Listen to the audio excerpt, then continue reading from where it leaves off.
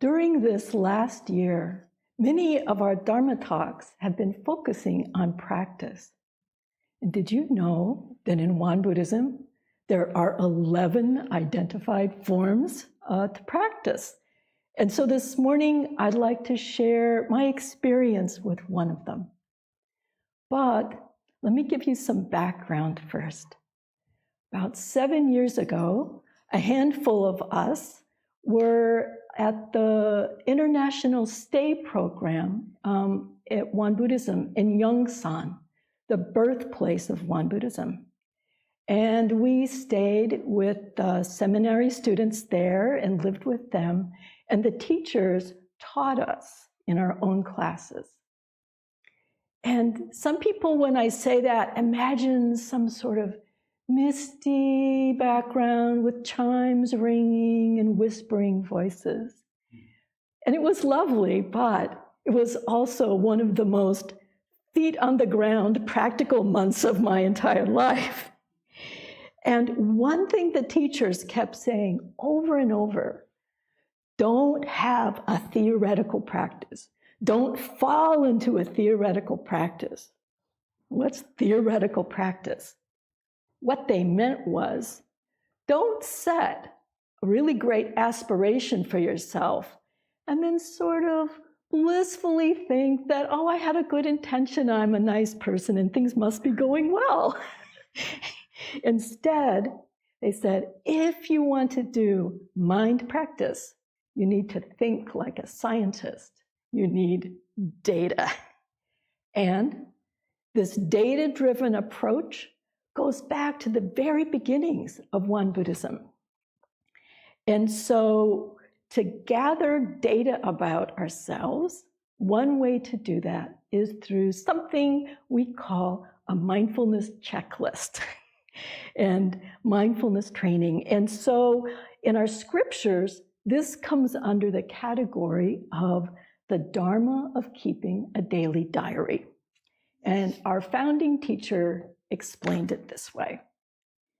The practice of keeping a daily diary has been established for everyone, whether lay or ordained, learned or ignorant, to investigate and record each day the number of times they handled any matter in either a mindful or unmindful way. In the beginning, you are to keep track of the number of times you acted with or without mindfulness, regardless of how things turned out. As your practice deepens, you are to keep track of the number of times the result was beneficial or not. Okay, well, how do we do that? So one way is to take some time and think about your life and think about how you're showing up for yourself or for the world. And then you might choose something, a thought habit or a behavior habit that you either want to really cultivate more of, or you want to extinguish. You and the world would be a better place without it. And then you track how often this comes up. Well, how do you track? In Master Sotaesan's time, like 100 years ago, you could keep track on paper, but some people were illiterate and didn't have access to paper. So they carried multicolored beans in their pockets.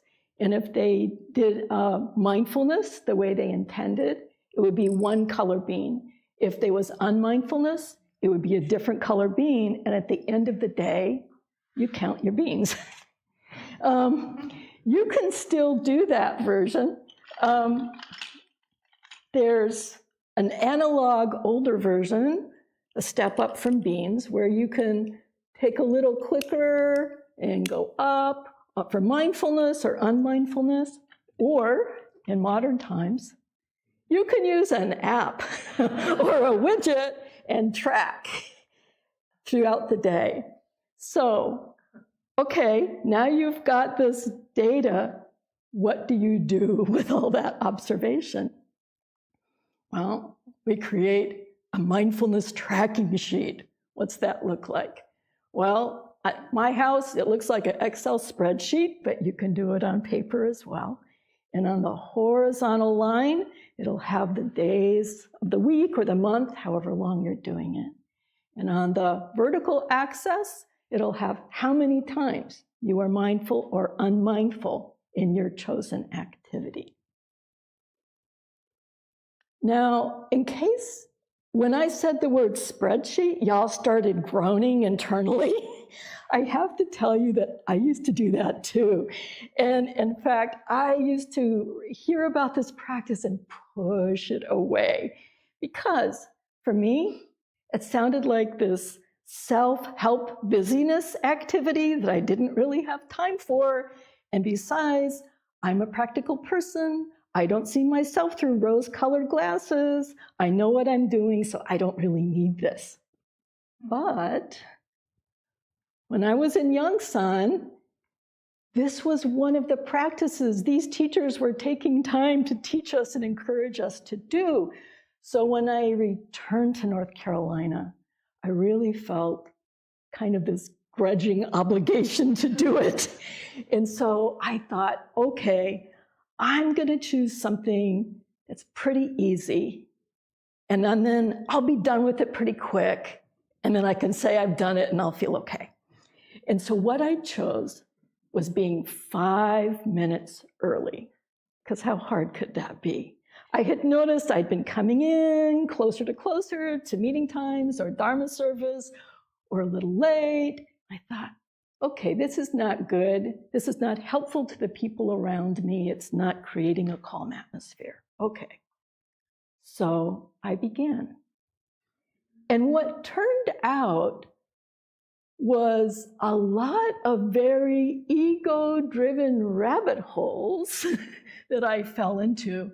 And I'll just share one of them with you, which was a series of questions I started to ask myself not long after I began. My first question was, well, what does 5 minutes early really mean? Does it mean I'm actually sitting here in the Dharma hall on a cushion or next door in the residence in a chair? Or it's getting to the door, good, because I'm in the building and it's 5 minutes early and no one knows I'm doing this. Reverend Wanggong doesn't know. Nobody knows. If I'm 4.5 minutes early, the world would be pretty good. And then a few more days later, I'm thinking, well, what about if I'm pulling into my parking space? That's pretty close. And then it became, what if I'm pulling into the driveway? And then I noticed, as I'm driving on I-40 on my way here, I'm calculating how many miles over the speed limit I could drive to get here 5 minutes early. Now think about this. No one knows I'm doing this. The world is pretty happy if I show up 4 minutes early.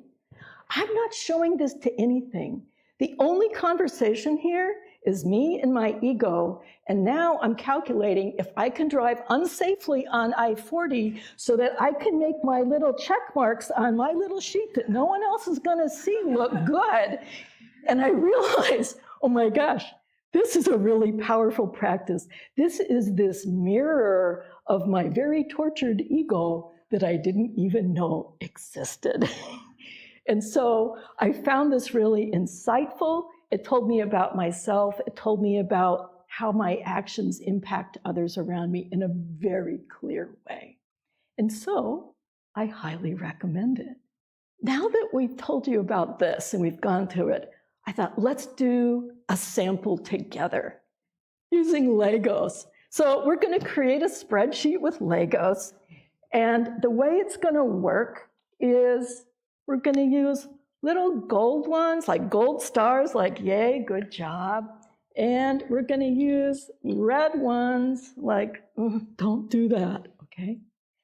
And the example I'm going to use is from my life.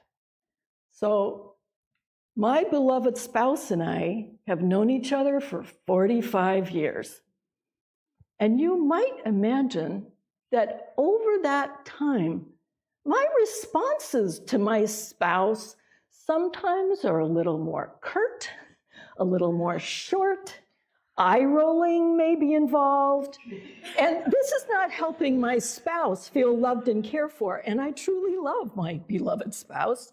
And at the same time, it's feeding my judging mind, my reactive mind. It's not helping me embrace gratitude. So that's my goal. I'm going to speak with just love and care to my spouse. So let's start. Okay, day one. I've got my good intention, and I got, okay, like 2 times I did really well. I got 3 that I was unmindful and, yeah, sure, honey, and rolled my eyes. So not bad, clearly room for improvement. So let's do the next day and see what happens. So the next day, let's say I do better. Now, I did 3 good ones, and I only kind of messed up twice. Okay, not bad. I can see some improvement. As I go along, I'm going to see fluctuations of days, and that's going to be normal. I'm going to be paying attention, doing my best.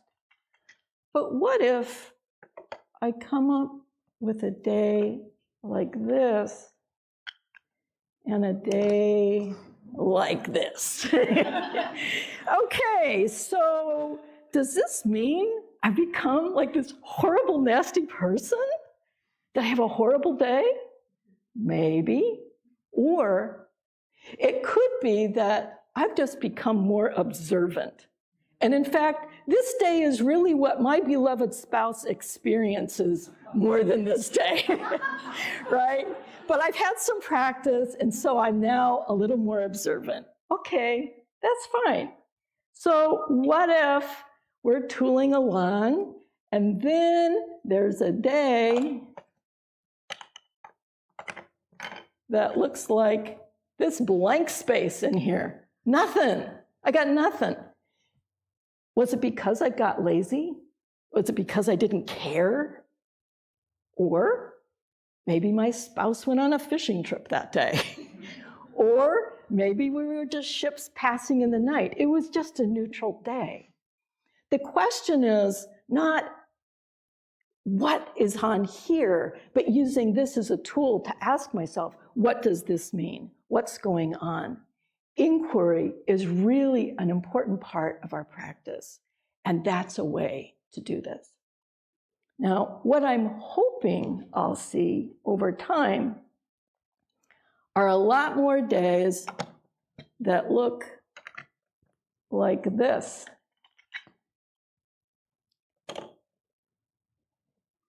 Which would be great, but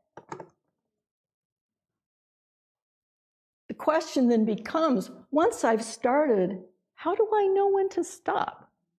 Good question. Well, that is the question. So it could be that I just see a series of days that things are going well. They may not always be perfect, but they're looking pretty stable. That might be a time that I evaluate what I'm doing, and if I'm feeling reasonably confident that I have my judging mind has decreased, my gratitude has increased, my spouse is in fact experiencing my care for him, then okay, maybe there's something else that I want to do. I see. But what if it doesn't look like this?